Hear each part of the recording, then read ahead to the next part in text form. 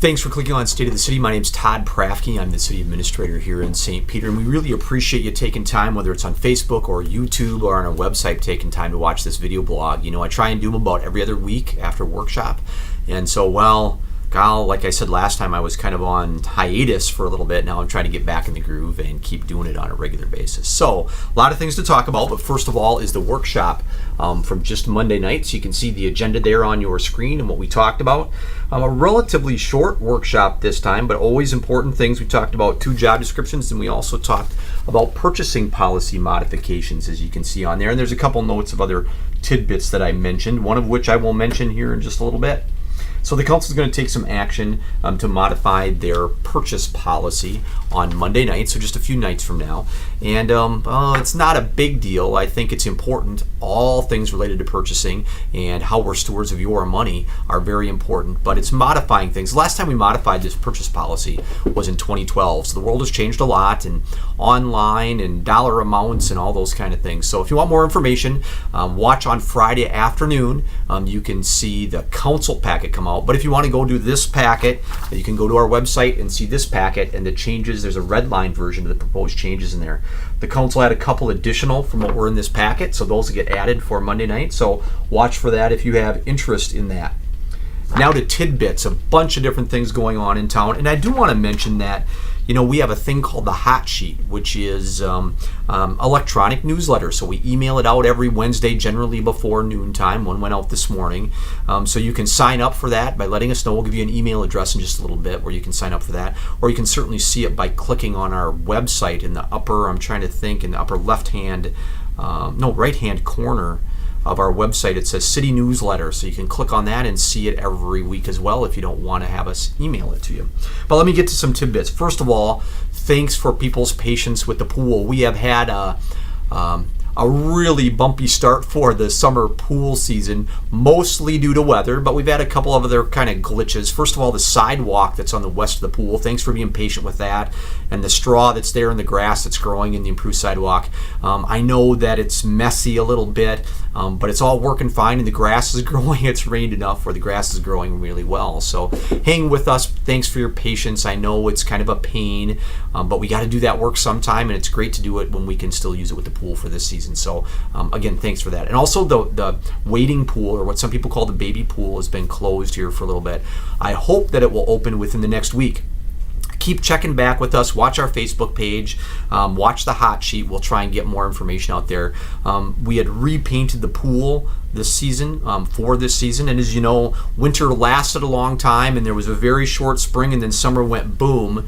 And so we've had a few glitches with that. So watch for when we can reopen that. I hope it'll be within the next week, so stick with us. I know how many families depend on that wading pool. When my kids were small, we loved that thing too. It's very important. You know, it's still free, and we want to still make it free and fun and usable for families with young children. So again, watch for that. You know, we need a little weather help with all these projects. That's one of them. We would get it done faster if the weather would cooperate. We need some dry weather for a few days to really be able to do what we need to do to fix the problem that's there. So anyway, I hope that's the case, and we can get a few days of that and make it happen. The next one I want to mention is something that we talked about a little bit at the workshop, just quickly. It wasn't an agenda item because we didn't know about it until late on Friday, but this is the area of Hallett's Pond.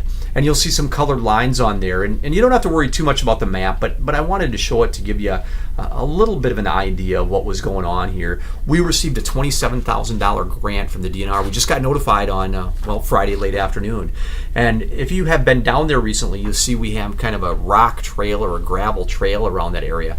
This grant will allow us to make a hard surface trail around the pond on the areas that you'll see colored here, and also to provide for a pier, a dock that we're going to put in there. So all of that work might not happen this year, but we're hoping to do the bituminous part this year, and it depends on the time of year when we get it done and when we get all the grant materials completed and everything like that. I hope the pier this year, but we might, if it's late in the year, we might just wait until the spring to do that part of it. But it'll provide great access for that area, and it's a really beautiful area within our community. And so again, our goal is to make sure that as we own it, you can enjoy it.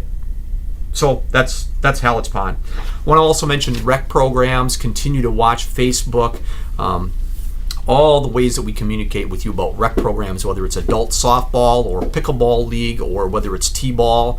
I noticed there was information that we were still having t-ball this morning. The weather's been wreaking havoc with our schedule, so hang with us, but continue to check and watch for those. We got to make sure that we're making sure that the playing surfaces in the areas are safe, but also that we're not doing something that wrecks them for the next week or the week after that or the user after that. So those are some of the considerations that go into determining whether we're going to continue to have events or not have events and how rescheduling occurs. So please watch for that. I also have to mention change in hospital ordinance. Now this is ordinance entrance, the change in the hospital entrance. Here's another map. You can find this on their website, on our website, on Facebook, that shows where the emergency room entrance is now as we're under construction. So the emergency room entrance used to be kind of, here's the helipad that marks where the helipad is, and the entrance used to be right here. Now you got to go up the street a little bit further and come through the parking lot and back down, and there's lots of signage there. I know this for sure because unfortunately I had to take my mom up to the emergency room on Friday morning, and there was good signage. I knew where to go. I could follow the signs, and there's also some information there. If you have questions, you can call right from your car if you need to, and they'll give you some additional directions. But I think it's identified really well. But for emergency room care, make sure you recognize the change that's going on out at the hospital related to the construction. Kudos to the hospital for doing good work on that. It was sure handy to have that emergency room on Friday morning when I took my mom up there, let me tell you. We love having that hospital in town. Owned by the city and managed by great folks who really care about doing well for their friends and neighbors. I also have to mention Traverse Green. This is some information related to Traverse Green. We're selling homes for affordable homes out there for working families. So if you're in the market and thought you might never be able to buy a home, this might be a really great opportunity for you. We have lots of programs available to help people get into homes. And so watch for this. Drive out there. If you haven't been out there, it looks great. There's a nice park and playground equipment out there, all kinds of stuff. So make sure that you get out there. This is located just west of the corner of County Road 20, or what we call Nicollet Avenue, and Traverse Road. So check that out. We'd love you to check that out. Also want to talk about the pavilion. This is more of an update on pavilion. I got to get this out there. If you're interested in donating to the pavilion work that's going to go on, we would love that. But we did get some grant money from the state of Minnesota, about $200,000, and the council continues to want to move forward. Since we have made the decision that we are not likely to start construction before Rock Bend Folk Festival, which is that weekend in September, that it's going to happen after that, we've been kind of on a slow roll working on a couple of primary things.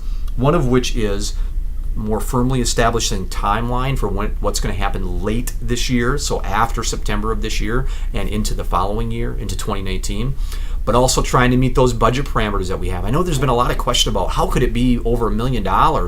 Last time you talked about it, it was $850,000. Well, 6 years passed from that $850,000 to the over $1 million.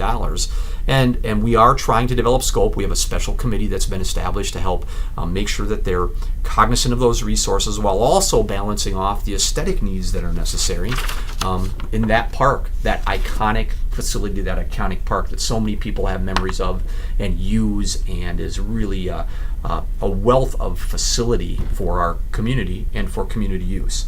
And so we're actually working on a slow roll to try and find ways to do some of these things more efficiently, more cost efficiently. But ultimately what will happen, the price will be set by contractors. I mean, we'll have bids for this, and what contractors feel they need to get paid to build it, they will build it. That's one of the ways that we help ensure that we're being good stewards of resources. So my estimate doesn't matter. It's really what people bid and what it costs to build it that will matter. So watch for additional information coming out. There'll be some more. But that's kind of the story for now and why you might not have heard anything for a little bit. I also want to mention Solar Choice. Even though we haven't seen the sun for a long time, for an extended period of time, remember we still offer subscriptions for solar energy in town. We have like 130 subscriptions already, or panels subscribed already. And so if you're interested in this, give us a call. We would love to explain more. We also have some great information on our website about Solar Choice and how to subscribe for solar energy within the community of St. Peter. Last but not least, I want a shout out to two folks. one of which I saw just last weekend. My friend Garola, Jake is out there someplace. He's an avid watcher of this video blog, so thanks. I appreciate that. I also appreciate you giving me a little guff about not being on for 2 months or 3 months or 4 months, so I appreciate that. So hope you're doing well out there, Garola. And to Bennett, one of my friends who says he's an avid watcher, works at Gustavus, and passes along that information that he gets from this, so we appreciate that as well. So this is kind of my last graphic for you. This is where you can track us down on email or visit our website, or certainly on Facebook. We would love it if you like us on Facebook. You can call me. There's my number. You can call me there if you have questions about anything that I talked about here, or anything related to the city at all, or an idea for an upcoming video blog. And I also want to mention Twitter. The City of St. Peter is tweeting. Here's our stuff for Twitter, so watch for that. And then, of course, there's all kinds of things that we can do on YouTube. And so there's how you find us. You can go to the top on search on YouTube and look for this, and you'll see us there, along with council meetings and other city activities like the tornado event and other things that are going on. I'm just at about 11 minutes. I got to go. Hope you have a great rest of the week, and let's hope for some sunshine. Thanks for watching this edition of State of the City. Hope to see you next time.